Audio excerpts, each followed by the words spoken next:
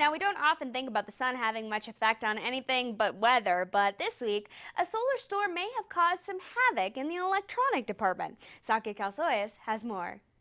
On Monday, June 22nd at approximately 3 p.m., the National Weather Service Space Weather Prediction Center issued a G4 alert, which is a geomagnetic storm produced by a coronal mass ejection event from our sun, which had slammed into Earth some 20 minutes before the alert was issued. I spoke with Lowell Observatory Director Jeff Hall to get the details on what this alert means. Geomagnetic storms are associated with solar activity and sunspots. They are caused by large eruptions in the sun's atmosphere that fling clouds of charged particles out into the solar system, mainly protons. And when those particles enter Earth's atmosphere, they cause ionization in the upper atmosphere that leads to the light we see associated with the aurora borealis.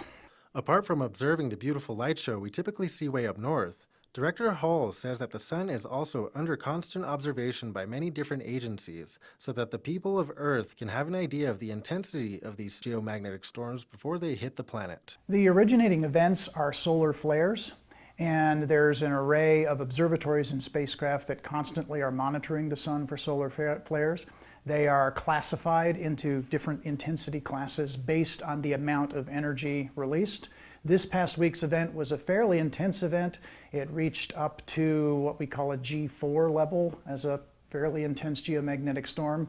As of the interview today, it has since subsided back to about a G1 and is pretty much done with. The higher the intensity of these solar events, the greater the chance of some serious effects on our many intricate systems here on Earth. There are real practical effects as well. Disruption of the atmosphere like that can interrupt radio communications. If the storm is powerful enough, it can induce current loops between the atmosphere and the ground, which potentially can knock out power grids.